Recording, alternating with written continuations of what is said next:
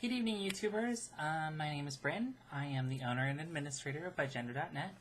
I say that at the start of every video. I think by now everyone knows, but you know, I still want people to come there. That was why I started doing these videos, was to try and recruit people to come to bygender.net. We seem to have plateaued a bit on new members in the forum. We're hovering right around 500, which is great. But we're not getting a whole lot of new members. Only 3 or 4 in the last month, I think, that have come in and posted and you know, said hi. So if you haven't joined yet, we'd love to have you in. If you're curious about, you know, what it is to be bigender, or if you are bigender and you want some assurance that you're not weird, you're not alone, you know, that it's okay to be who you are, come visit us. Come sign in, join. Just a reminder, there's also a journal site. If you go to bygender.net directly, that'll take you to the journal site. And you can create your own journal with invite code TUBINGYOU, TUBINGYOU. Still not a lot of users of it. I think, you know, maybe people think that you have to be bigender to have a journal there, but it's not true. You can, you know, you can be anywhere on any spectrum. You can be cis, you can be trans, you can be het, you can be pansexual, you can be, you know, panromantic, asexual, you know, bigender, multiple system. It doesn't matter. You know, anything that you know, sort of a Chinese menu. And I hope no one was offended actually for just throwing all those together. But you know, whoever you are, you're welcome. That's really what I'm trying to get at. And you know, it's really a place for you to share yourself or not share yourself, but also connect with other people in the community. Find common interests. You know, there's a couple of sub-forums in the forums for things like fandom. The journal site has a perfect function for that called communities. So if you want to get together and talk about model cars or big cars or you know, Doctor Who or slash fiction or you know, Glee or whatever, you know, whatever trips your particular fandom, come in, create a community, become the moderator. You know, hopefully other people will find you, and you know, you can make a discussion group, and it doesn't have to have anything to do with gender whatsoever. So weird flash. So it's really late at night. I am supposed to be packing and getting ready for a trip to St. Louis this weekend. I just got out of the shower a bit ago, and I'm waiting for my toenail polish to dry so I can finish up and get to bed. I'm going down to visit a group of friends that I visited this time last year, and that trip was absolutely transformative for me, because I had gone as Brin, and I met a whole bunch of people that I'd never known. And I really only knew one person there to begin with. And she I only had met in person one time, but we had been friends on LiveJournal for 2 years.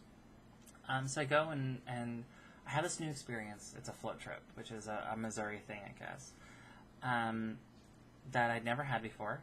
And I meet all these people, and I meet them as Brin. And I am instantly accepted completely as Brin, and my transness isn't an issue. You know, no one asks, no one cares. I'm just accepted at face value, and you know, I made a bunch of wonderful new friends. And so I've been down to St. Louis a couple of times since then, and I try to check in, you know, when I can. And I have an aunt down there, if you remember from my February video. Yeah, so I'm really excited about going down this year, and I get to take my girlfriend with, so I get to introduce her to all of my St. Louis friends that she hasn't met yet.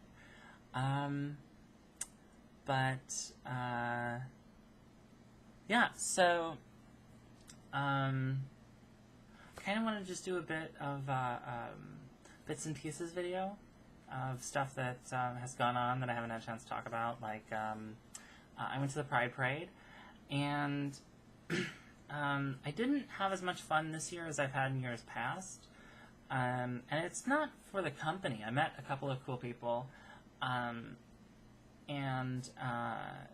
it was just that for whatever reason we got stuck in the crowds. Like, at one point we were just absolutely packed in, like a clown car, and there were just a billion people all in one little tiny space, and I was starting to get claustrophobic. I'm not claustrophobic. So that kind of put a damper on it, and it made us late to get to our spot to see the parade, and I also had to fly out that night to Columbus, so I didn't get to stay and do as much as I'd like to. We didn't get to really go shop very much or anything like that. But, it was fun. I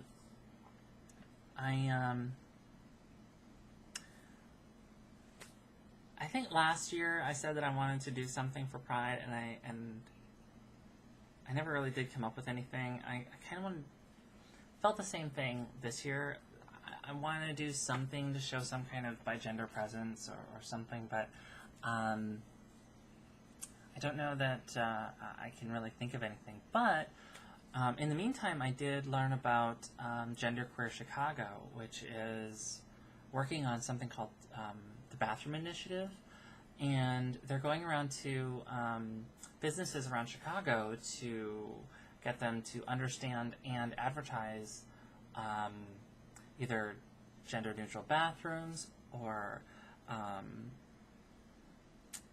gender-appropriate bathrooms for trans people. Because the city of Chicago has a gender non-discrimination statute that does specify bathroom usage, appropriate to your gender. The problem is that they interpreted appropriate to your gender as the gender that matches, or the gender that's marked on your official identification. Well, I'm not going to have the gender marker on my identification changed,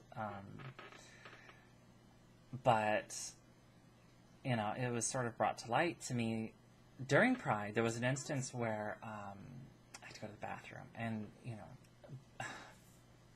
finding a bathroom to use at Pride is sort of a scavenger hunt. Businesses don't like to open their bathrooms to the public during Pride because there's a million people there, and we had gone to dinner, so I was going to use their restroom, and I had to rush, and there was a line for the ladies' room, and so, I thought I'd take a page out of the girl playbook and pop it in the men's room real quick, pee and then run. And I walked in, and the stall door was open, so I went to walk in there, and there was a man in there, and he was standing, but I was like, I was embarrassed, so I backed off and went to wait out, he finished and came out, and he held the door for me, and as I walked in, he grabbed my ass. He was very drunk, and I shot him a dirty look, and I backed away, and then there was someone else in there, and so I just booked. I got out of there, and I just held it and waited for the ladies' room, which was also, like, crazy crowded, and, I was afraid of getting, sort of called out, and it was just not a pleasant experience. My hair's a mess. So then after I got back, I found out about Genderqueer Chicago and their bathroom initiative. So this coming Wednesday, every Wednesday they have a safe space discussion, and if you Google Genderqueer Chicago, you can find out all the information. I've not been yet, so I want to go this Wednesday to their safe space discussion and sort of check out the organization, because I think it's cool, and I think it's a great way for me to get involved, and maybe next year for Pride, I'll have some way to be involved. So that's that. So For work, I've started my 4th week. It's almost the end of my 4th week. And I'm really settling in, but I mentioned it briefly in my last video that the neat thing about starting a new job is you get to set a new normal, a new level of normal. So they have no expectations of me. And I have some people that I have worked with in the past, but it's been a number of years. And so, you know, people change and people grow, so I can, you know, push boundaries that I hadn't really pushed before and, you know, just set new levels of expectation. And so when I was out on my trip, I traveled with a coworker, and she and I went out to dinner one night and had drinks. And she was the one that I got out to dinner with my recruiter and her boss in the other story. But we were sitting there having drinks one night, and very casually mentioned that I'm bisexual. And you know, she didn't really blink. I don't know what really her reaction to the idea is, but you know, I made it purposely not a big deal. I just included it as part of, you know, like some other story. So it really didn't become like a topic of conversation, but it's just one more piece of information that she has about me. And I suspect that's something that's going to get around. But, you know, when I've been at work, I've not really focused so much on,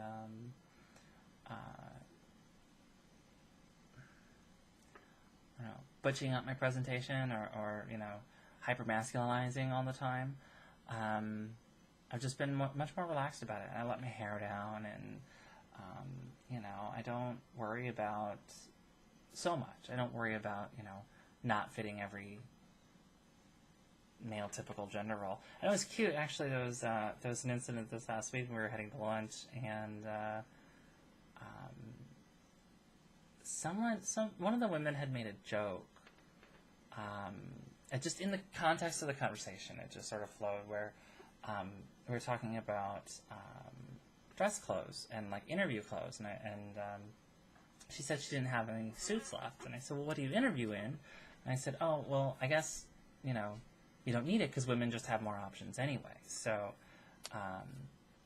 you know, as a guy, you've got to have a suit.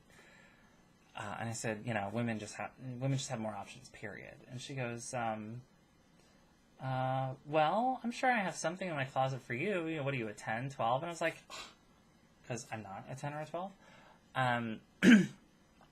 But yeah, it sort of kicked off this little riff where they were trying to, you know, guess my women's size, and you know,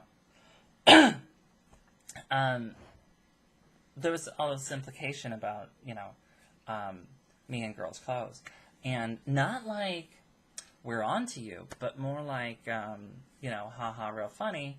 And, you know, I just rolled with it. I'm like, no, I'm more like a 6 or 7, you know, and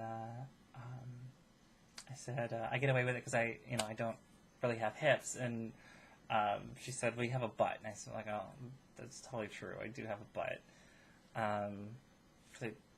Never mind. You know, she's like, oh, your girls are so lucky because you're not, you know, you can understand this stuff with them and joke with them and stuff like that. And I was like, it's true. Christ, 1350 already. So, you know, it was kind of neat just to let that sort of play out and not get all embarrassed about it and not put up any kind of, you know, fuss, and sort of see where that goes, you know. Again, I'm not coming out at work, but it's neat that I'm establishing that I'm not real beholden to gender, you know, rigid gender roles, or, you know, get real hung up on what's okay and what's not. And I did complain in my jealousy video that I wish my boobs were bigger, and ever since then, they have been growing, so I think I kicked off another growth spurt. So I don't know if that plus traveling caused me to put on 5 pounds in the last 2 months, according to WeFit. But it has. So I'm not sure what the causal relationship is. That now makes me about 10 or 15 pounds heavier than I want to be. So I need to start, you know, working back on that. But yeah, absolutely. So I've put on weight and my boobs have gotten bigger. So I'm definitely in the B territory now, and I can't terribly, I can't complain too much. But estrogen has its effects, so I need to try to get that back under control. So that's everything I have. I think my next video I want to talk about feminism some, because there's an elevator gate thing that's going on in the atheist community, and I find it interesting. I want to talk a bit about it. So yeah, check out the new bygender.net YouTube channel. I just posted a video. We added another person, Sam, and come check us out at bygender.net, the actual site, bygender.net. But come check out our channel too. And I think that's it for tonight. So 16 minutes. 12 minutes earlier on the other site, 16 minutes tonight. It's not okay. All right, good night, everyone.